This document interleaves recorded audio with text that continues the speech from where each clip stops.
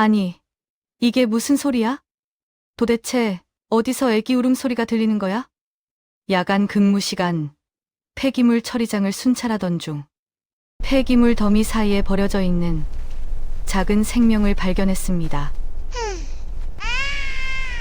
어머나, 이게 무슨 일이야? 이 추운 날 누가 널 여기 버리고 간 거야? 불쌍해서 어쩌나. 아이를 품에 안고 경악하던 찰나, 어둠 속에서 정체 모를 발소리가 저벅저벅 가까워져 옵니다. 황급히 아이를 안고 컨테이너 뒤편으로 몸을 숨깁니다. 저승사자 같은 그림자가 주변을 확인하고 사라진 뒤에야 다리가 풀려 바닥에 털썩 주저앉고 말았는데요. 죽음의 추위 속에서 목숨을 걸고 건져 올린 이 아이. 도대체 누가 이 새빨간 핏덩이를 이 엄동설한 폐기물 처리장에 버리고 간 걸까요? 저 검은 그림자는 누구이며 이 아기와 저는 악연가요? 인연일까요? 저와 이 아기의 영화 같은 운명. 지금 그 뜨거운 이야기가 시작됩니다. 사연 시작 전 구독, 좋아요와 함께 어디서 무엇하며 보고 계신지 댓글로 남겨주세요. 그곳에 건강과 행복이 가득하길 마음 다해 기도할게요. 1997년에 그 시퍼런 칼바람이 불던 겨울을 기억하십니까? 국가 부도라는 날벼락 같은 소식에 나라 전체가 빚더미에 올라앉아 비명을 지르고 평생을 바쳐 일군 가장들의 일터가 추풍낙엽처럼 쓸려나가던 잔인한 계절 말입니다. 거리는 하루아침에 갈 곳을 잃은 시업자들로 넘쳐났고 저 역시 작은 공장을 운영하며 남부럽지 않게 살았던 시절은 신기루처럼 사라졌고 남은 건 끼니조차 해결하지 못한다는 무거운 죄책감뿐이었습니다. 마지막 희망이라 믿고 섰던 빚보증은 제 숨통을 조이는 올가미가 되어 돌아왔고 더는 물러설 곳조차 없던 저는 벼랑 끝에 선 심정으로 길을 나섰습니다. 세상의 모든 화려한 불빛이 꺼지고 남들이 모두 쓰고 버린 오물과 찌꺼기들만이 모여드는 곳. 도시의 가장 어두운 외곽에 자리한 이 폐기물 처리장만이 제게 허락된 유일한 일터였습니다.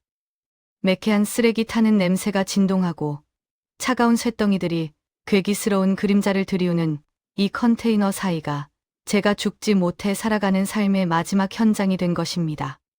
그렇게 저는 무너진 자존심을 쓰레기 더미 속에 묻어둔 채 오직 살겠다는 일념 하나로 이 적막한 처리장의 야간 근무를 시작하게 되었습니다.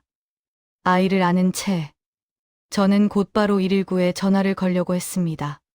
주머니에서 핸드폰을 꺼내는데 그때였습니다. 발자국 소리 컨테이너 뒤편에서 누군가 걸어오고 있었습니다. 천천히, 조심스럽게. 하지만 분명한 목적을 가진 걸음걸이였습니다. 저는 본능적으로 알았습니다. 이 사람은 아이를 찾으러 온 거라고. 그리고 아이를 발견한 제가 있다는 걸 알면 좋은 일이 벌어지지 않을 거라고. 숨을 죽였습니다. 손전등을 껐습니다. 아이를 꽉 안았습니다. 아이는 울지 않았습니다. 마치 본능적으로 위험을 아는 것처럼 조용히 제 품에 안겨 있었습니다. 발자국 소리가 가까워졌습니다. 컨테이너 바로 옆까지 왔습니다. 심장이 너무 크게 뛰어서 그 소리가 들릴까 봐 두려웠습니다. 그 사람은 잠시 멈춰 섰습니다. 주변을 살피는 것 같았습니다. 그리고 중얼거렸습니다. 없네. 남자 목소리였습니다. 낮고 쉰 목소리, 담배를 오래 피운 사람 같은 목소리였습니다. 다시 발걸음이 들렸습니다. 이번엔 멀어지는 소리였습니다. 저는 한참을 그대로 있었습니다. 아이를 안은 채 어둠 속에서 숨도 제대로 쉬지 못한 채 발자국 소리가 완전히 사라진 후에야 저는 조심스럽게 움직였습니다. 처리장 안쪽, 제가 근무하는 사무실로 아이를 데려갔습니다. 히터를 틀고 제 점퍼를 벗어 아이를 감쌌습니다. 아이의 체온이 조금씩 올라오는 게 느껴졌습니다. 괜찮아, 이제 괜찮아. 제 목소리에 아이가 처음으로 눈을 떴습니다. 까만 눈동자, 그 눈이 저를 똑바로 바라봤습니다. 무언가를 호소하는 것 같은 간절한 눈빛이었습니다. 그 순간 저는 결심했습니다. 이 아이를 지켜야 한다고. 무슨 일이 있어도 이 아이를 안전한 곳으로 데려가야 한다고. 하지만 문제가 있었습니다. 119에 신고하면 당연히 경찰이 옵니다. 조사가 시작됩니다. 그리고 그 과정에서 아까 그 남자가 다시 나타날 수도 있습니다. 아이를 찾으러 온 사람이 그냥 포기했을 리 없었습니다. 저는 핸드폰을 들고 한참을 고민했습니다. 아이는 제 품에서 조용히 숨을 쉬고 있었습니다. 너무 조용해서 오히려 불안했습니다. 이 나이 또래 아이라면 울어야 정상 아닌가요? 뭔가 달라고, 배고프다고, 아프다고 울어야 하는데 이 아이는 울지 않았습니다. 마치 울면 안 된다는 걸 아는 것처럼. 제 손은 떨리고 있었습니다. 추위 때문이 아니었습니다.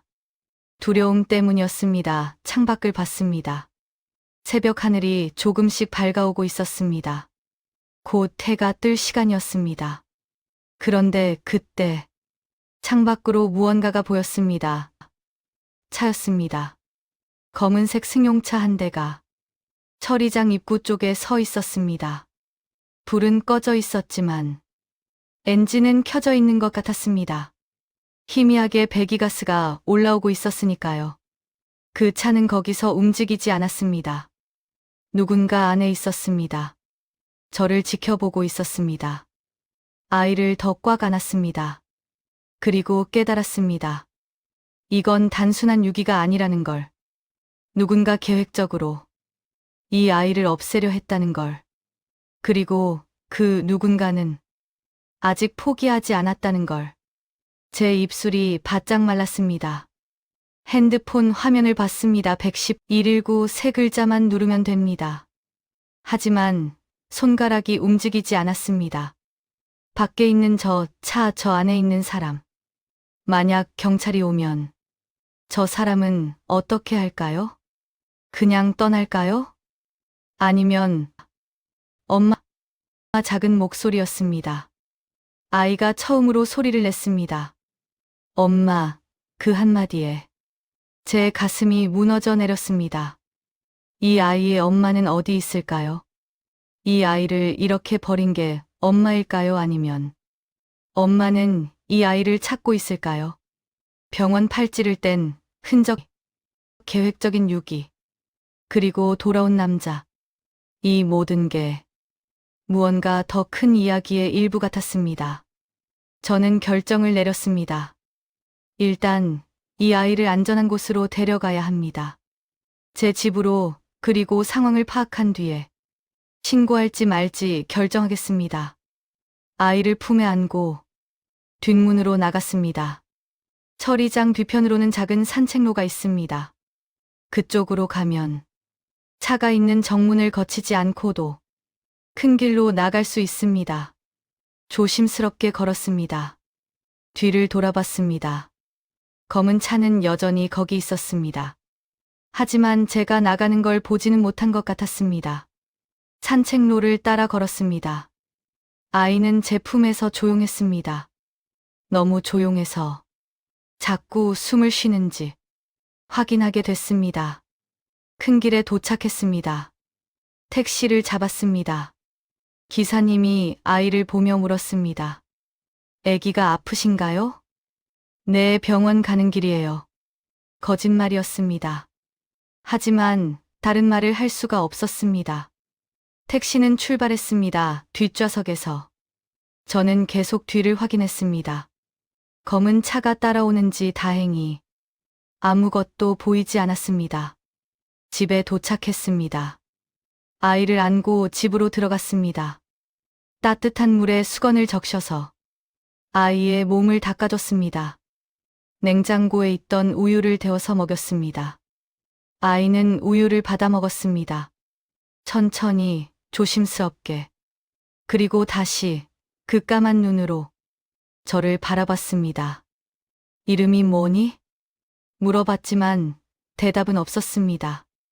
아이의 옷을 확인했습니다. 이름표 같은 건 없었습니다. 하지만 옷 안쪽에 작은 글씨로 뭔가 적혀 있었습니다. 서연 손글씨였습니다. 누군가 직접 쓴 것 같았습니다. 서연이구나 서연아. 아이가 반응했습니다. 고개를 끄덕이는 것처럼 보였습니다. 이름은 알았습니다. 하지만 다른 건 아무것도 몰랐습니다. 이 아이가 어디서 왔는지, 왜 버려졌는지, 그리고 누가 이 아이를 찾고 있는지. 창밖을 봤습니다. 해가 완전히 떠올랐습니다. 월요일 아침 사람들은 출근 준비를 하고 아이들은 학교 갈 준비를 하는 평범한 아침. 하지만 제 집에는 정체를 알 수 없는 아이가 있었습니다. 그리고 어디선가 이 아이를 찾는 누군가가 있었습니다. 핸드폰이 울렸습니다. 처리장 동료였습니다. 보키 씨, 괜찮아요? 오늘 새벽에 누가 처리장 뒤져놓고 갔던데요. CCTV 확인해 보니까 수상한 남자가 돌아다니더라고요. 혹시 뭐 이상한 거 없었어요? 손이 떨렸습니다. 아니요. 전 아무것도 못 봤어요. 다행이네요. 그래도 조심하세요. 요즘 이상한 사람들 많으니까. 전화를 끊었습니다. 서연이를 봤습니다. 아이는 제 무릎에 기대어 조용히 눈을 감고 있었습니다. 저는 알고 있었습니다. 이 아이를 지키기로 한 순간 제 삶은 완전히 달라졌다는 걸. 그리고 곧 진실을 마주해야 한다는 걸. 서연이라는 이름은 결국 쓰지 않기로 했습니다. 그 이름엔 누군가의 의도가 담겨 있을 것 같았습니다. 아이를 버린 사람의, 혹은 아이를 찾는 사람의. 저는 이 아이에게 새로운 시작을 주고 싶었습니다. 도윤아, 강도윤 어때? 아이는 대답하지 않았습니다. 하지만 제 손을 꽉 잡았습니다. 그걸로 충분했습니다. 일주일이 지났습니다. 경찰에 신고하지 않았습니다. 아동보호기관에도 연락하지 않았습니다. 그냥 도윤이와 저 둘이서 지냈습니다. 제가 사는 곳은 역 뒤편 낡은 건물 3층 고시원이었습니다. 방 하나에 화장실 딸린 3평 남짓한 공간. 창문은 작았고 햇빛은 잘 들지 않았습니다. 하지만 월세가 싸서 처리장 야간 근무로 버는 돈으로도 감당할 수 있었습니다. 도윤이가 온 후로 이 좁은 공간은 더 좁아졌습니다. 하지만 이상하게도 더 따뜻해진 것 같았습니다. 도윤이는 특별한 아이였습니다. 울지 않았습니다. 보통 아이들처럼 떼를 쓰거나 보채거나 밤에 깨서 울거나 하지 않았습니다. 너무 조용해서 가끔은 불안했습니다. 처음엔 말을 못하는 건 줄 알았습니다. 하지만 그게 아니었습니다. 도윤이는 듣지 못했습니다. 어느 날 제가 뒤에서 도윤이 이름을 불렀는데 전혀 반응이 없었습니다.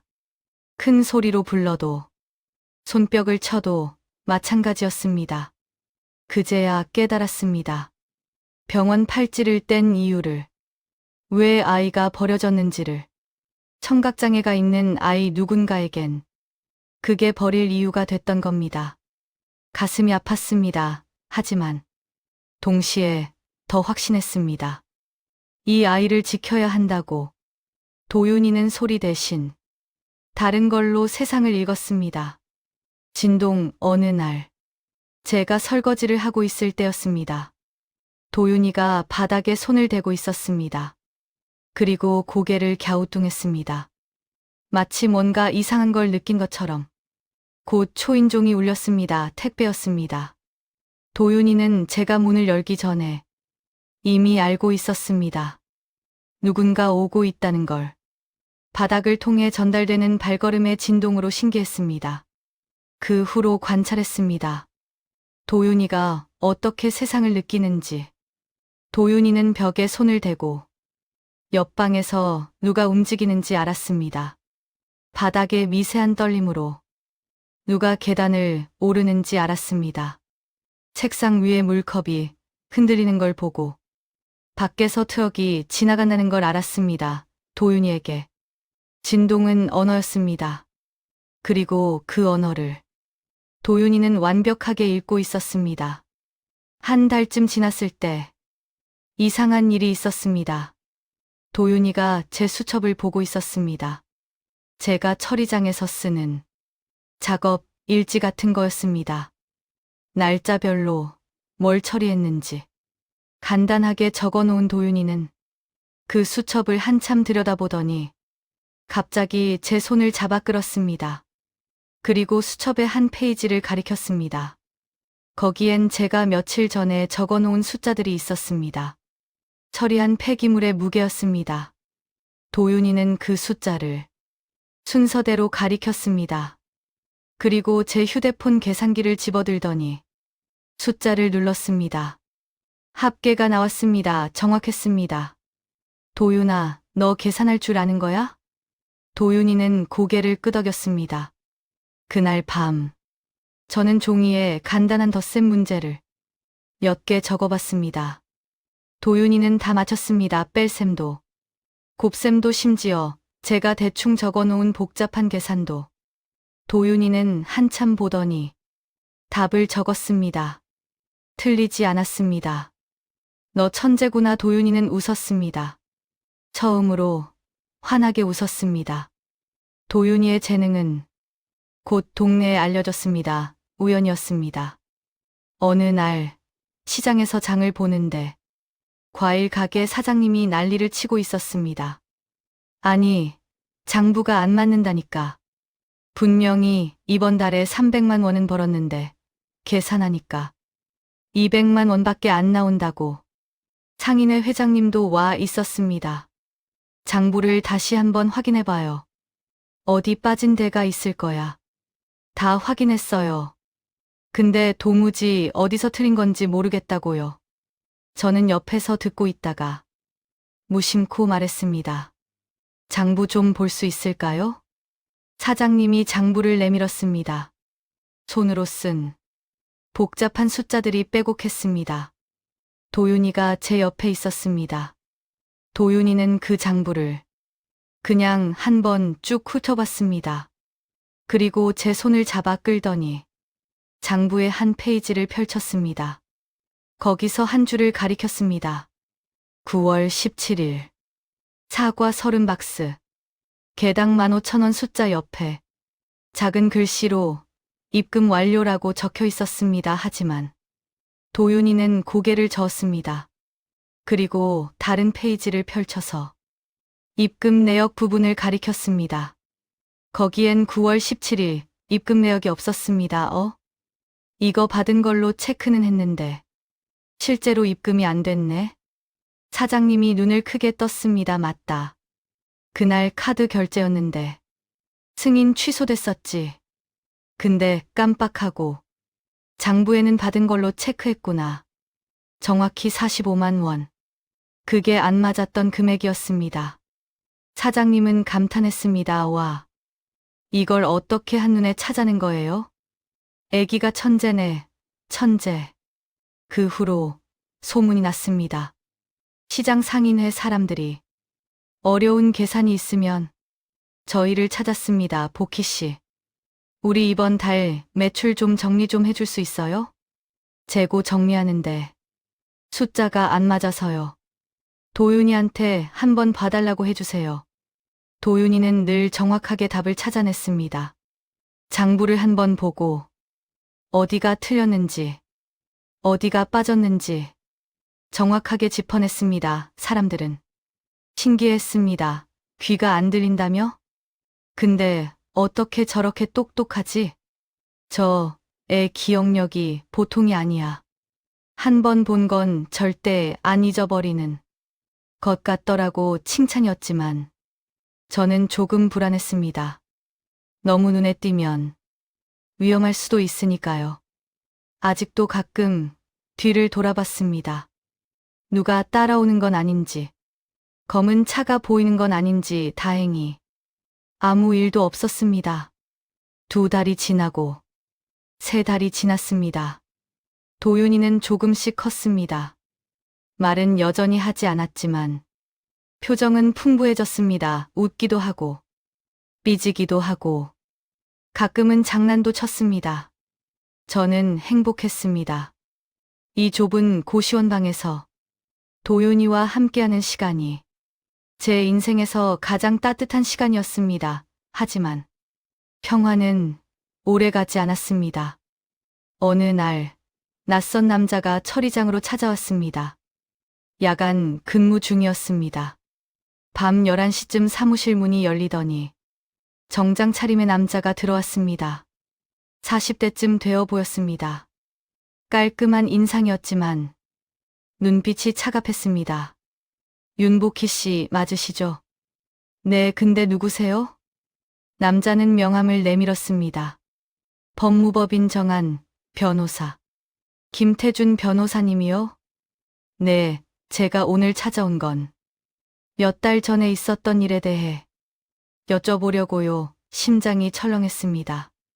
무슨 일 말씀이신지 겨울에 이곳에서 야간 근무 중에 혹시 이상한 일 없으셨습니까? 손에 땀이 났습니다. 아니요, 없었는데요. 확실하십니까? 내 남자는 잠시 저를 뚫어지게 쳐다봤습니다. 그리고 가방에서 서류를 꺼냈습니다. 제 의뢰인이 당시 이곳 CCTV 영상을 요청하고 있습니다. 특히 새벽 시간대 영상이요. 그건 회사에 정식으로 요청하셔야 할 것 같은데요. 이미 요청했습니다. 하지만 회사 측에서는 CCTV가 고장나서 그날 영상이 없다고 하더군요. 거짓말이었습니다. CCTV는 멀쩡했습니다. 그날도 작동하고 있었습니다. 하지만 저는 그날 밤 CCTV 저장 파일을 지웠습니다. 도윤이를 데리고 나오기 전에 사무실 컴퓨터에서 새벽 시간대 파일을 모두 삭제했습니다. 혹시 모를 상황에 대비해서 그게 지금 문제가 된 겁니다.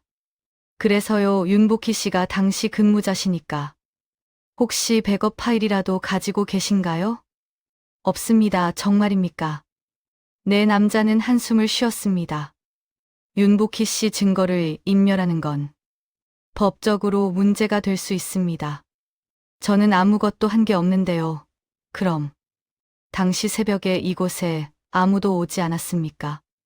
아무 일도 없었습니까? 내 남자는 저를 한참 바라봤습니다. 그리고 명함을 책상 위에 놓았습니다. 혹시 기억이 나시면 연락 주십시오. 제 의뢰인은 굉장히 중요한 걸 찾고 있습니다. 협조해 주시면 보상도 있을 겁니다. 무엇을 찾는데요? 그건 말씀드릴 수 없습니다. 남자는 돌아서서 나갔습니다. 문이 닫힌 후 저는 한참을 그 자리에 서 있었습니다. 손이 떨렸습니다. 그들이 찾는 게 도윤이라는 걸 알고 있었습니다. 그리고 이제 압박이 시작됐다는 걸. 집에 돌아왔습니다. 도윤이는 자고 있었습니다. 작은 이불을 덮고 평화롭게 제 옆에 누웠습니다. 도윤이의 손을 잡았습니다. 도윤이를 처음 만난 게 겨울이었습니다. 그리고 이제 봄이 왔습니다. 하지만 우리의 봄은 아직 오지 않은 것 같았습니다. 시간은 빠르게 흘렀습니다. 도윤이는 20살이 됐습니다. 그 작은 아이가 이제 제 어깨를 훌쩍 넘는 청년이 됐습니다. 여전히 말을 하지 않았습니다. 수어를 배웠고 저도 함께 배웠습니다. 그렇게 우리는 대화했습니다. 손으로, 표정으로. 때로는 그냥 눈빛만으로도. 도윤이는 고등학교를 졸업하고 대학에는 가지 않았습니다. 경제적인 이유도 있었지만 도윤이가 원하지 않았습니다. 대신 일을 시작했습니다. 지역 물류센터였습니다. 재고 관리, 입출고 확인, 전표 정리 같은 일이었습니다. 단순해 보이는 일이었지만 도윤이에게는 딱 맞는 일이었습니다. 숫자를 다루고 패턴을 찾고 오류를 잡아내는 일. 도윤이는 그 일을 정확하게 빠르게 해냈습니다. 처음에는 계약직이었습니다. 최저임금 3개월 단위 재계약하지만 도윤이는 불평하지 않았습니다. 묵묵히 일했습니다. 그리고 6개월쯤 지났을 때 이상한 걸 발견했습니다. 어느 날 저녁 도윤이가 집에 돌아와서 노트북을 열었습니다. 그리고 엑셀 파일을 보여줬습니다. 물류센터와 본사 사이의 계약서였습니다. 도윤이는 그 계약서의 한 부분을 가리켰습니다. 단가표 상품별로 물류센터가 처리할 때 받는 수수료가 적혀 있었습니다. 이게 뭐가 이상한 건데? 도윤이는 다른 파일을 열었습니다. 3개월 전 계약서였습니다. 그리고 두 파일을 나란히 놓고 단가 부분을 비교했습니다. 숫자는 똑같았습니다. 하지만 도윤이는 고개를 저었습니다. 그리고 소수점을 가리켰습니다. 15.5영원 이전 계약서에는 이렇게 적혀 있었습니다. 하지만 새 계약서에는 1.55영원 소수점 위치가 한 칸 이동했습니다. 10분의 1로 줄어든 겁니다. 잠깐. 이거 도윤이는 계속 다른 파일들을 열었습니다. 6개월 전, 1년 전, 2년 전 모든 계약서를 비교했습니다. 그리고 발견했습니다. 소수점이 조금씩 계속 이동하고 있었습니다. 처음에는 15.5영원이었던 단가가 1.55영원이 되고 심지어 최근 계약서에는 0.155영원이 돼 있었습니다. 100분의 1로 줄어든 겁니다. 하지만 전체 계약 금액은 크게 바뀌지 않았습니다. 어떻게 그럴 수 있을까요? 도윤이는 다른 항목을 가리켰습니다. 물량 개수 처리하는 물량을 계산하는 방식이었습니다. 이전에는 박스 단위로 계산했습니다. 하지만 새 계약서에는 개별 품목 단위로 바뀌어 있었습니다. 한 박스에 100개가 들어있다면 이전에는 한 건으로 계산했지만 이제는 100건으로 계산하는 겁니다. 그래서 단가가 100분의 1로 줄어들어도 전체 금액은 비슷하게 나왔습니다. 이거 계산 방식을 바꾼 거네? 도윤이는 고개를 끄덕였습니다. 하지만 문제는 따로 있었습니다. 도윤이는 또 다른 파일을 열었습니다. 성과급 산정 기준 물류센터 직원들은 처리한 물량에 따라 성과급을 받았습니다. 그런데 그 성과급은 박스 단위로 계산됐습니다. 새 계약서에서 물량 개수는 개별 품목 단위로 바뀌었는데 성과급은 여전히 박스 단위로 계산하는 겁니다. 즉, 회사는 본사로부터 100배의 수수료를 받으면서 직원들에게는 100분의 1의 성과급만 주고 있었습니다. 이건 사기 아냐? 도윤이는 고개를 끄덕였습니다. 그리고 더 많은 파일을 열었습니다. 지난 2년간의 급여 명세서, 물류 처리 내역, 계약서 변경 이력 모든 걸 대조했습니다. 결과는 충격적이었습니다. 물류센터는 본사로부터 연간 약 50억 원의 수수료를 받고 있었습니다. 하지만 직원들에게 지급된 성과급은 총 5천만 원이었습니다. 100분의 1 나머지는 어디로 갔을까요? 물류센터 운영사, 그리고 그 위에 유통그룹 본사. 그들이 다 가져간 겁니다. 도윤아. 이거 어떡하지? 도윤이는 잠시 생각하더니 손으로 썼습니다. 알려야 해요. 누구한테? 다른 직원들한테. 그리고 노동청의 다음 날 도윤이는 출근해서 동료들에게 보여줬습니다. 처음에는 믿지 않았습니다. 설마 그럴 리가 있어? 회사가 그렇게까지 할까? 하지만 도윤이가 준비한 자료는 명확했습니다. 계약서, 급여 명세서, 처리 내역 모든 게 일치했습니다. 동료들은 분노했습니다. 우리가 2년 동안 당한 거야? 이거 완전 사기잖아. 그날 물류센터는 발칵 뒤집혔습니다. 직원들이 모여서 회사 측에 해명을 요구했습니다. 하지만 회사는 시치미를 뗐습니다. 계약서에 다 나와 있는 내용인데요. 직원분들이 제대로 안 읽으신 거 아닙니까? 소수점이 바뀐 건 알려주지도 않았잖아요. 계약서 갱신할 때마다 설명드렸습니다. 서명도 받았고요. 거짓말이었습니다. 계약서는 두껍고 어려운 용어로 가득했습니다. 누가 그걸 일일이 확인합니까? 도윤이는 노동청에 신고했습니다. 그리고 언론에도 제보했습니다. 일주일 후 기사가 났습니다. 대형 유통그룹 하청업체 직원 임금 착취 의혹 파장이 컸습니다. 노동청이 조사에 나섰고 회사는 해명에 급급했습니다. 결국 물류센터는 지난 2년간의 미지급 성과급을 모두 지급하겠다고 발표했습니다. 직원 한 명당 평균 2천만 원씩 도윤이 덕분이었습니다. 동료들은 도윤이를 영웅처럼 대했습니다. 도윤이가 아니었으면 우리 평생 당하고 살았을 거야. 진짜 고맙다. 어떻게 이런 걸 다 찾아낸 거야? 도윤이는 그저 웃었습니다. 말없이. 조용히 하지만 저는 불안했습니다. 너무 눈에 띄었습니다. 언론에도 나왔고 사람들 입에도 오르내렸습니다. 물류센터에서 일하는 청각장애인 청년이 대기업 비리를 밝혀냈대. 그리고 며칠 후 예상한 일이 벌어졌습니다. 낯선 남자가 도윤이를 찾아왔습니다. 저녁 퇴근 시간. 물류센터 앞 정장 차림의 40대 남자가 도윤이를 기다리고 있었습니다. 강도윤 씨 맞으시죠? 도윤이는 고개를 끄덕였습니다. 남자는 명함을 내밀었습니다. 한태준. 유한그룹 혁신본부 본부장 유한그룹. 바로 이번에 비리가 드러난 그 유통그룹이었습니다. 도윤이는 경계하는 눈빛으로 명함을 받았습니다. 한태준은 미소를 지었습니다. 놀라셨죠? 제가 왜 왔는지. 사과하러 온 건 아닙니다. 오히려 감사하러 왔어요. 도윤이는 고개를 갸우뚱했습니다. 우리 그룹에도 이런 문제가 있다는 걸 몰랐습니다. 아니, 알았지만 확인할 방법이 없었죠. 그런데 도윤 씨가 명확하게 증거를 찾아주셨어요. 덕분에 우리도 내부 정화를 할 수 있었습니다. 도윤이는 수어로 물었습니다. 그래서 뭘 원하세요?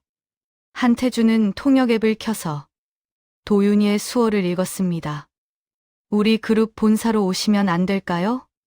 혁신본부에서 이런 일을 전문적으로 하는 겁니다. 그룹 내 계열사들의 계약, 거래, 회계를 감사하고 문제를 찾아내는 일. 도윤 씨 같은 분이 딱 필요합니다.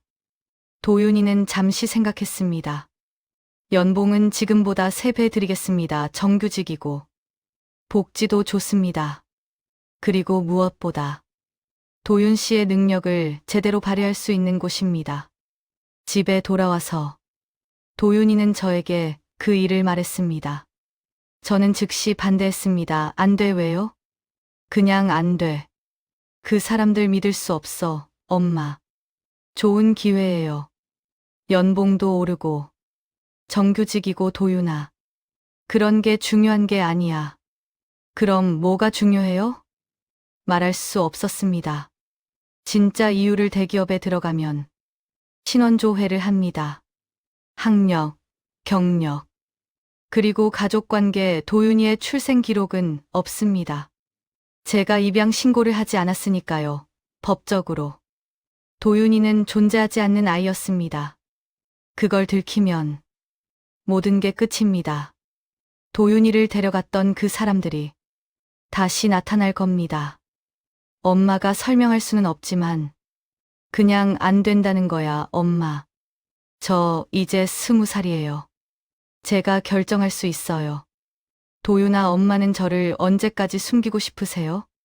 가슴이 찢어지는 것 같았습니다. 도윤이는 맞는 말을 하고 있었습니다. 언제까지 숨길 수 있을까요? 언제까지 과거를 감출 수 있을까요? 하지만 두려웠습니다. 도윤이를 잃을까봐.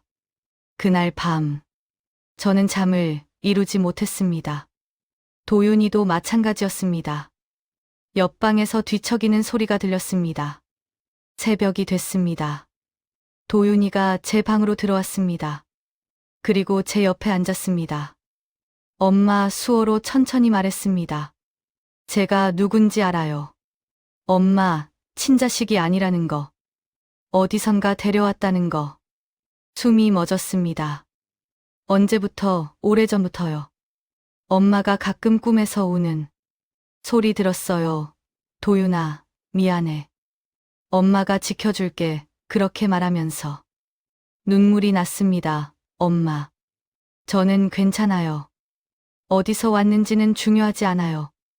엄마가 저를 키워줬잖아요. 그걸로 충분해요, 도윤아. 그리고 저도 알고 싶어요. 제가 누구였는지, 왜 버려졌는지. 그걸 알아야 앞으로 나갈 수 있을 것 같아요. 도윤이는 제 손을 잡았습니다. 엄마. 저 그 회사 들어가고 싶어요. 그리고 제 과거를 찾고 싶어요. 도와주실 거죠? 저는 울면서 고개를 끄덕였습니다. 그래, 내가 원한다면. 다음 날 도윤이는 한태준에게 연락했습니다. 입사하겠습니다. 한 달 후, 도윤이는 유한그룹 본사로 출근했습니다. 혁신본부, 감사팀. 새로운 시작이었습니다. 저는 도윤이를 배웅하며 생각했습니다. 이제 진짜 싸움이 시작되는 거라고. 과거가 드러날 겁니다. 도윤이를 찾던 사람들이 다시 나타날 겁니다. 하지만 이번에는 다릅니다.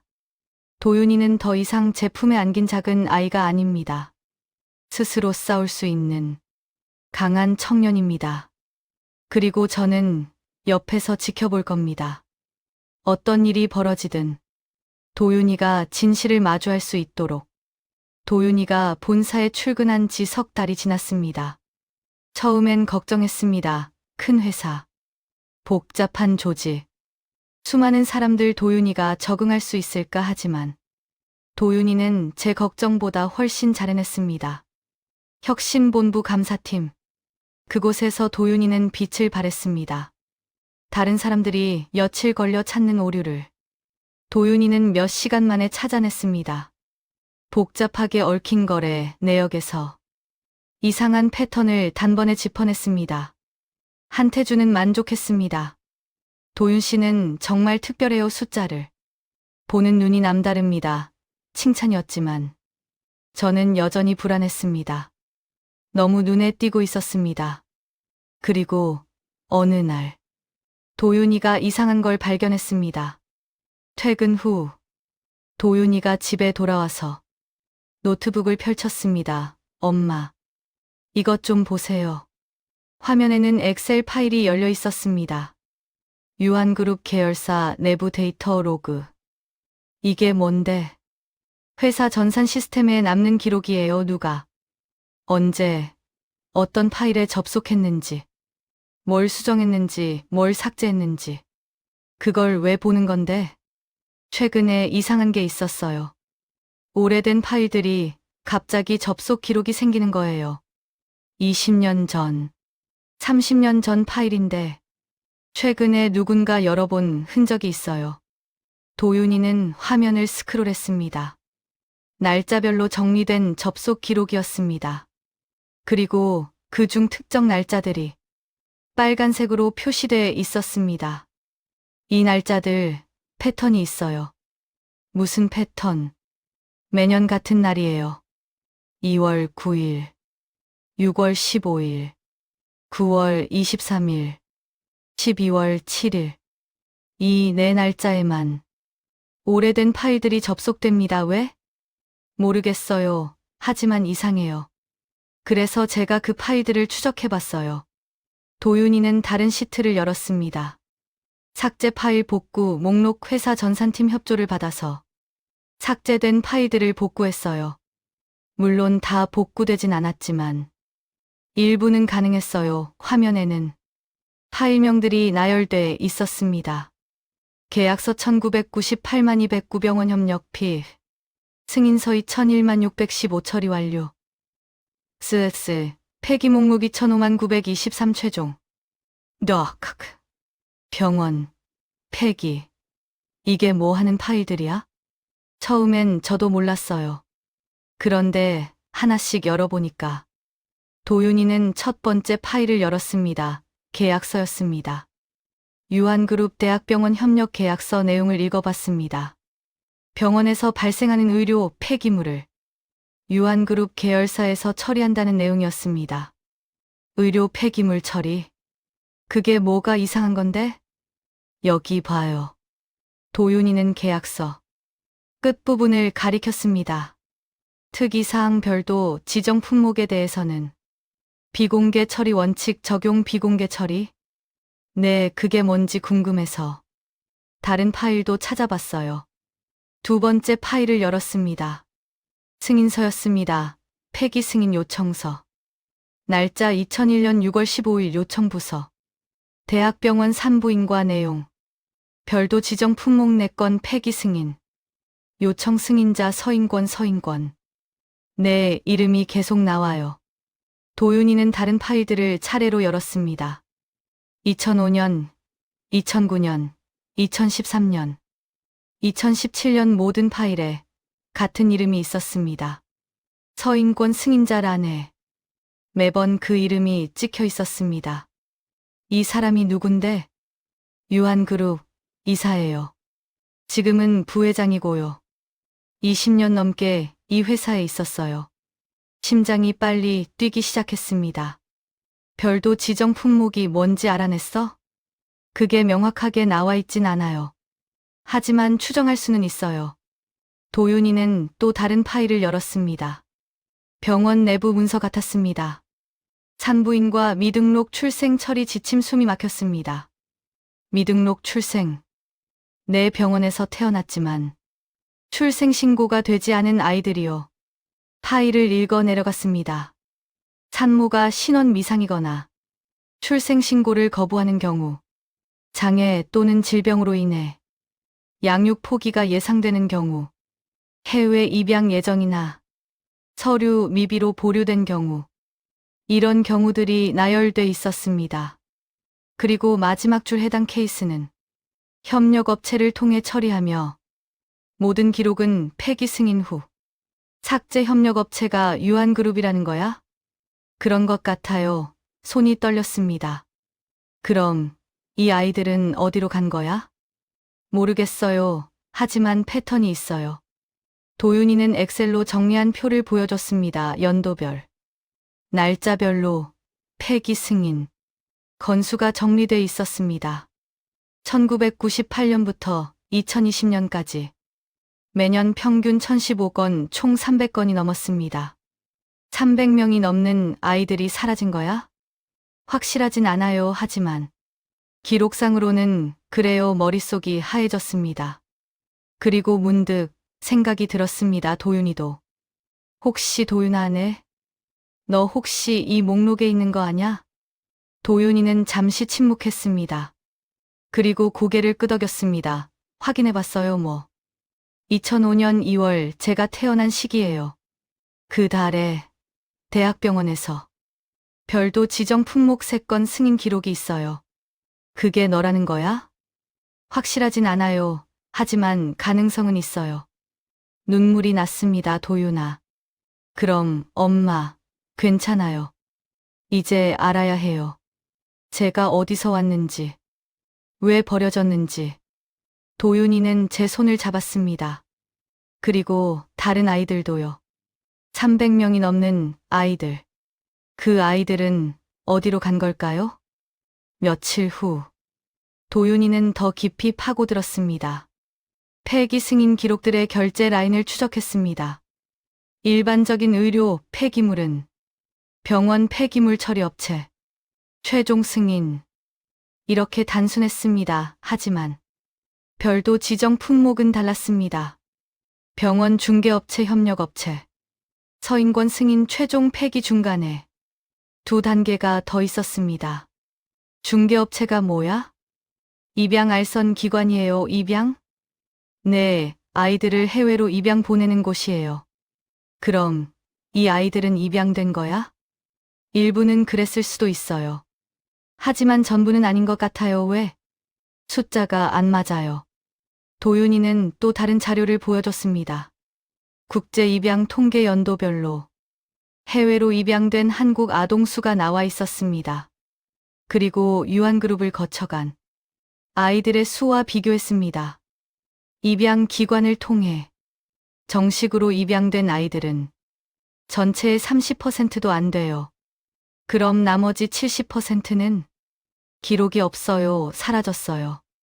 등골이 오싹했습니다. 그게 무슨 뜻이야? 두 가지 가능성이 있어요. 하나는 비공식 입양 서류 없이 돈만 주고받고 아이를 넘긴 거예요.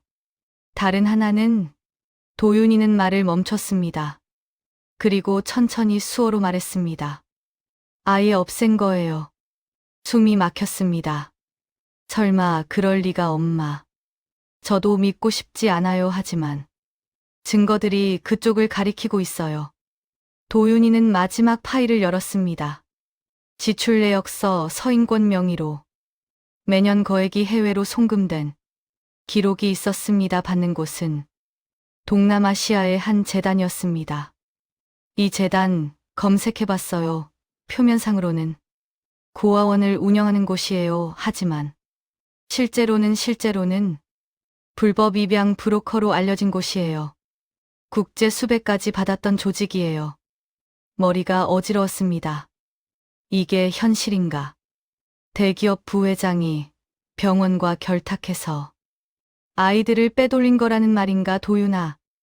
이거 어떻게 하려고? 공개해야죠. 공개하면 너도 위험해질 수 있어, 알아요. 하지만 안 할 수는 없어요. 도윤아, 엄마. 저도 그 아이들 중 하나였을 수 있어요. 운 좋게 엄마를 만나서 살았지만 다른 아이들은 어떻게 됐을까요? 도윤이의 눈에 눈물이 맺혔습니다. 처음 보는 모습이었습니다. 저는 알아야 해요. 그리고 밝혀야 해요. 이게 진실이라면. 다음 날, 도윤이는 한태준을 찾아갔습니다. 그리고 모든 자료를 보여줬습니다. 한태준은 충격을 받았습니다. 이건 사실이에요. 증거는 여기 다 있습니다. 서인권 부회장이 연루됐다고요? 네, 한태준은 한참을 말이 없었습니다. 그리고 중얼거렸습니다. 이거 큰일인데. 본부장님, 어떻게 할 거예요? 한태준은 도윤이를 봤습니다. 도윤씨. 이걸 공개하면 회사가 무너질 수도 있어요. 그래도 해야 하는 거 아닙니까? 하지만 본부장님 혁신본부는 뭐 하는 곳입니까? 잘못된 걸 바로잡는 곳 아닙니까? 한태준은 긴 한숨을 쉬었습니다. 알았어요, 하겠습니다. 하지만 조심해야 해요. 서인권 부회장은 만만한 사람이 아니에요. 그날 밤, 도윤이가 집에 늦게 돌아왔습니다. 피곤한 얼굴이었습니다. 도윤아, 괜찮아? 도윤이는 고개를 끄덕였습니다. 하지만 표정이 어두웠습니다. 뭐가 걱정이야? 도윤이는 핸드폰을 꺼내서 보여줬습니다. 문자였습니다. 발신자 번호는 없었습니다. 강도윤 씨. 쓸데없는 짓 그만두세요. 당신이 건드리면 안 되는 영역이 있습니다. 협박이었습니다. 도윤아, 괜찮아요. 엄마 예상했던 일이에요. 하지만 저는 알고 있었습니다. 이제 시작일 뿐이라는 걸. 그리고 앞으로 더 큰 위험이 올 거라는 걸 창밖을 봤습니다. 밤이 깊어가고 있었습니다. 멀리서 검은 차 한 대가 우리 집 앞에 서 있었습니다. 20년 전 처리장에서 봤던 그 차와 똑같은 심장이 멎었습니다. 그들이 돌아왔습니다. 서인권이 움직이기 시작한 건 도윤이가 자료를 제출한 지 사흘 후였습니다. 한태준으로부터 전화가 왔습니다. 도윤 씨. 부회장님이 직접 만나고 싶대요. 서인권 부회장이요? 네, 오늘 저녁 8시. 외곽에 있는 물류창고로 오래요. 혼자 오라고 하시던데요. 왜 그런 곳에서 만나자는 거죠? 글쎄요, 아무래도 조용히 이야기하고 싶으신가 봐요, 도윤 씨. 저는 안 가는 게 좋을 것 같은데. 아니요, 가겠습니다. 위험할 수도 있어요. 알아요. 하지만 피할 수는 없잖아요. 전화를 끊고 도윤이는 저에게 말했습니다. 엄마, 오늘 늦을 것 같아요. 어디 가는데? 회사 일이요. 거짓말이었습니다. 도윤이의 표정을 보면 알 수 있었습니다. 도윤아, 무슨 일 있어? 없어요. 걱정 마세요.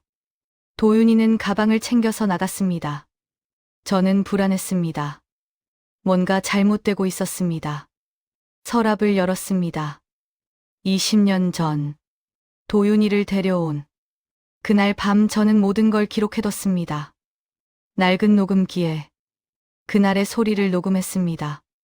컨테이너 안에서 들렸던 발소리, 멀리서 들렸던 차 시동 소리, 그리고 제가 중얼거렸던 차 번호판.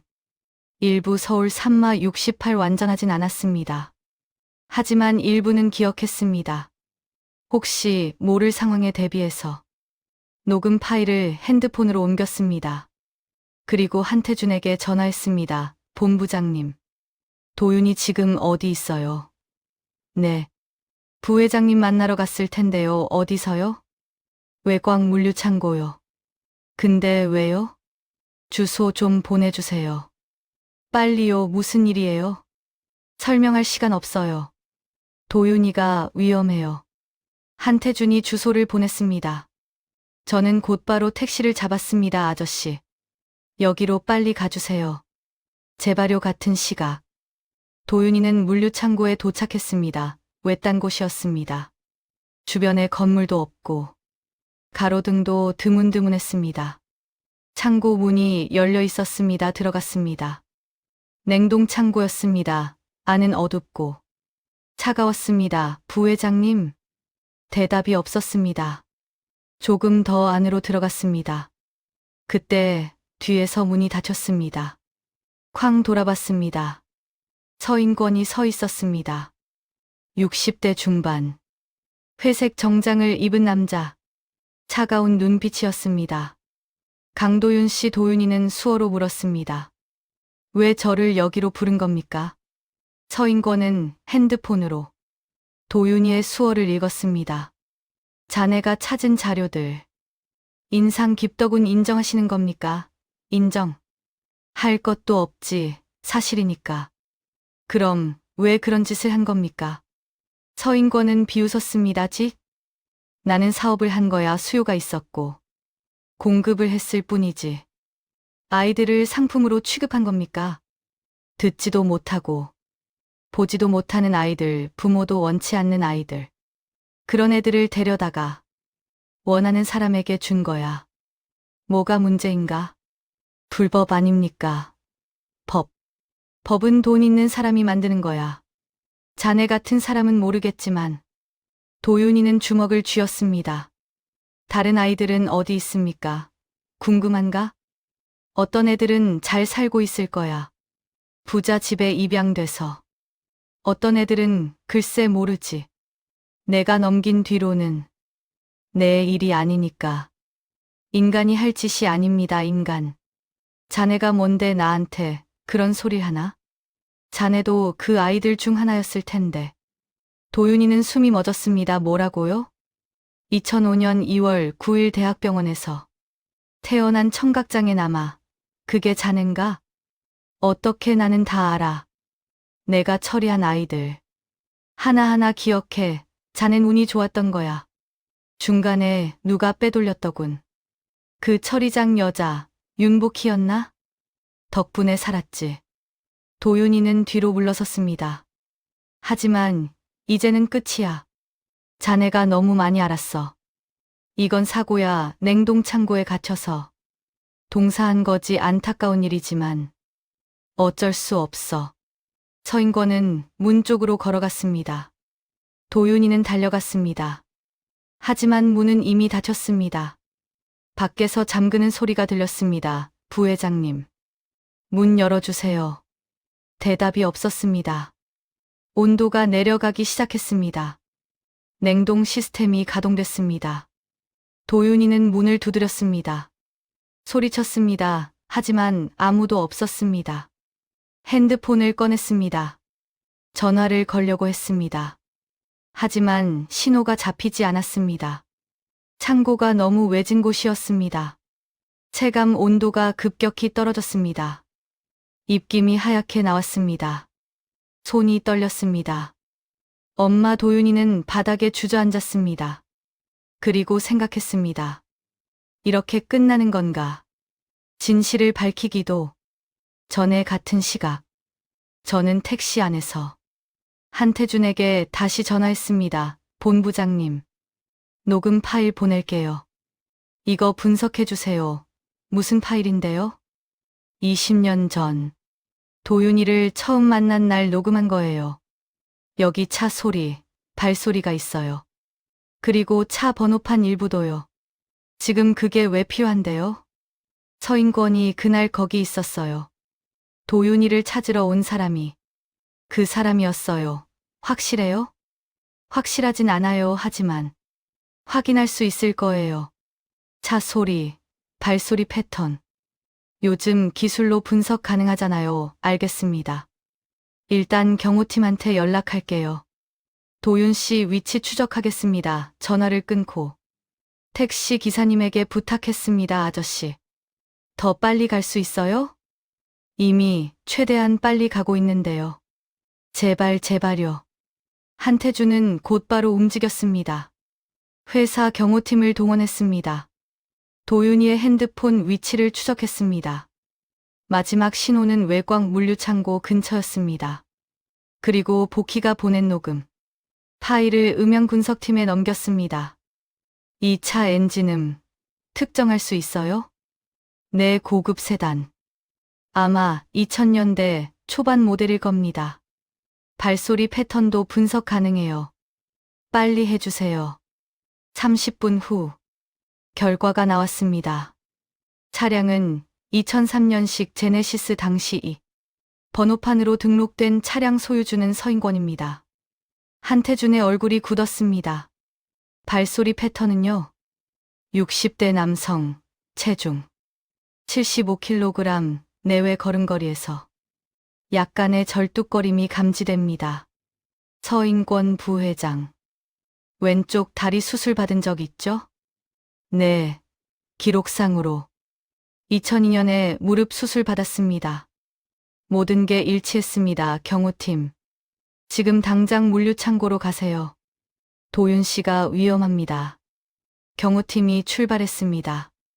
그리고 한태준도 차를 몰았습니다. 창고 안. 도윤이는 의식이 흐려지고 있었습니다. 너무 추웠습니다. 손발에 감각이 없었습니다. 눈꺼풀이 무거웠습니다. 이렇게 끝나는구나. 그때 멀리서 소리가 들렸습니다. 차 소리 여러 대. 그리고 고압 문 열어. 쾅쾅쾅 문이 열렸습니다. 빛이 들어왔습니다. 도윤 씨. 한태준이 달려왔습니다. 도윤이를 안아 일으켰습니다. 괜찮아요, 도윤 씨.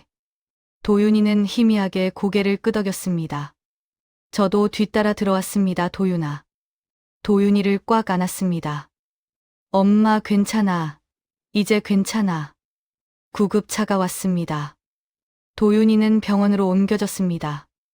경찰도 왔습니다.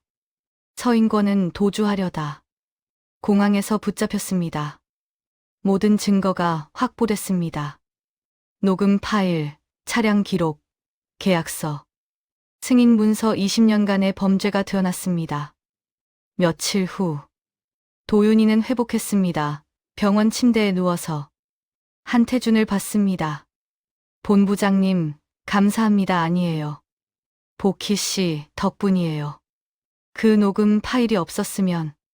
한태준은 말을 멈췄습니다. 그리고 조심스럽게 물었습니다. 도윤 씨, 혹시 생년월일이 정확히 언제예요? 2005년 2월 9일이요. 왜요? 한태준의 얼굴이 굳었습니다. 그날 제 아이도 태어났어요. 네. 대학병원에서요. 하지만 아이는 태어나자마자 사라졌어요. 병원에서는 사산이라고 했죠. 하지만 시신도 못 봤어요. 그냥 처리했다고만 했어요. 도윤이는 숨을 멈췄습니다. 혹시, 네, 아마도요. 한태준은 눈물을 닦았습니다. 청각장애가 있다고 했어요. 그래서 부인이 받아들이지 못했어요. 병원에서 처리하겠다고 했고, 우리는 그냥 동의했어요. 본부장님 미안해요. 정말 미안해요. 제가 아버지였다면. 도윤이는 한태준의 손을 잡았습니다. 괜찮아요. 이미 엄마가 있어요. 한태준은 고개를 숙였습니다. 일주일 후, 저희는 작은 카페에서 만났습니다. 도윤이, 그리고 한태준은 DNA 검사 결과를 가져왔습니다. 99.9% 일치합니다. 도윤 씨는 제 아들이 맞아요. 저는 도윤이를 봤습니다. 도윤이는 저를 봤습니다. 엄마, 괜찮아요? 저는 고개를 끄덕였습니다. 응, 괜찮아. 사실 괜찮지 않았습니다. 마음 한구석이 무너지는 것 같았습니다. 하지만 도윤이를 위해서 웃어야 했습니다. 한태준이 말했습니다. 복희 씨. 저는 도윤이를 데려가려는 게 아니에요. 그럴 자격도 없고요. 다만 아버지로서 할 수 있는 걸 하고 싶어요. 경제적으로든 뭐든 필요 없어요. 제 목소리가 나왔습니다. 저희는 지금까지도 잘 살았어요. 앞으로도 그럴 거예요. 하지만 본부장님, 도윤이가 말했습니다. 엄마, 말이 맞아요. 저희는 괜찮아요. 하지만 도윤이는 저와 한태준을 번갈아 봤습니다. 가끔 이렇게 만나는 건 어때요? 3명이서요. 저는 도윤이를 봤습니다. 도윤이는 웃고 있었습니다. 엄마, 피가 다 같은 건 아니잖아요. 엄마가 저를 키운 20년이 더 지난 거예요. 눈물이 났습니다. 그래도 본부장님도 저한테는 의미가 있는 사람이에요. 저를 찾아준 사람이니까요. 한태준도 눈물을 닦았습니다. 감사합니다, 도윤 씨. 저는 한참을 생각했습니다. 그리고 말했습니다. 좋아요. 가끔 만나요. 밥이나 먹으면서요. 정말요? 네, 하지만 조건이 있어요. 뭔데요? 도윤이를 뺏으려 하지 마세요. 도윤이는 제 아들이에요. 한태준은 고개를 끄덕였습니다. 네, 약속할게요. 그렇게. 우리는 새로운 관계를 시작했습니다. 피로 연결되지 않았지만 상처로 연결된, 그리고 그 상처를 증거가 아니라 살아남은 표식으로 받아들인 몇 달 후, 서인권의 재판이 열렸습니다. 도윤이는 증인으로 출석했습니다. 그리고 진술했습니다. 300명이 넘는 아이들의 이야기를, 사라진 아이들, 팔려간 아이들, 운 좋게 살아남은 아이들. 재판은 세상을 뒤흔들었습니다. 서인권은 징역 20년을 선고받았습니다. 그리고 관련된 병원, 중개업체 모두 수사를 받았습니다. 도윤이의 이야기는 뉴스에 나왔습니다. 청각장애 청년. 20년 전 범죄 밝혀낸 사람들은 감탄했습니다. 하지만 도윤이는 담담했습니다. 저는 그냥 해야 할 일을 했을 뿐이에요. 그 후로 도윤이는 계속 혁신본부에서 일했습니다. 한태준과 함께 더 많은 비리를 밝혀냈습니다. 그리고 저는 여전히 처리장에서 일했습니다. 가끔 저녁에 도윤이와 한태준이 함께 집에 왔습니다. 셋이서 밥을 먹고 이야기를 나눴습니다.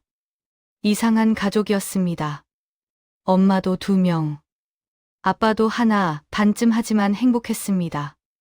어느 날 도윤이가 물었습니다. 엄마, 후회해요? 저를 데려온 거. 절대 아니야. 힘들었을 텐데요. 힘들었지. 하지만 그만큼 행복했어. 도윤이는 제 손을 잡았습니다. 엄마를 만나서 행복했어요. 저도요. 그날 밤, 저는 20년 전 그날을 떠올렸습니다. 겨울 새벽, 컨테이너. 안 작고 차가웠던 아이, 그 아이가 이제 누군가를 구하는 사람이 됐습니다. 진동으로 세상을 읽고 숫자로 진실을 밝혀내는 창밖을 봤습니다. 봄이었습니다. 벚꽃이 피고 있었습니다. 우리의 봄도 이제 왔습니다. 늦었지만 확실하게 도윤이와 저, 그리고 한태준 세 사람의 새로운 봄이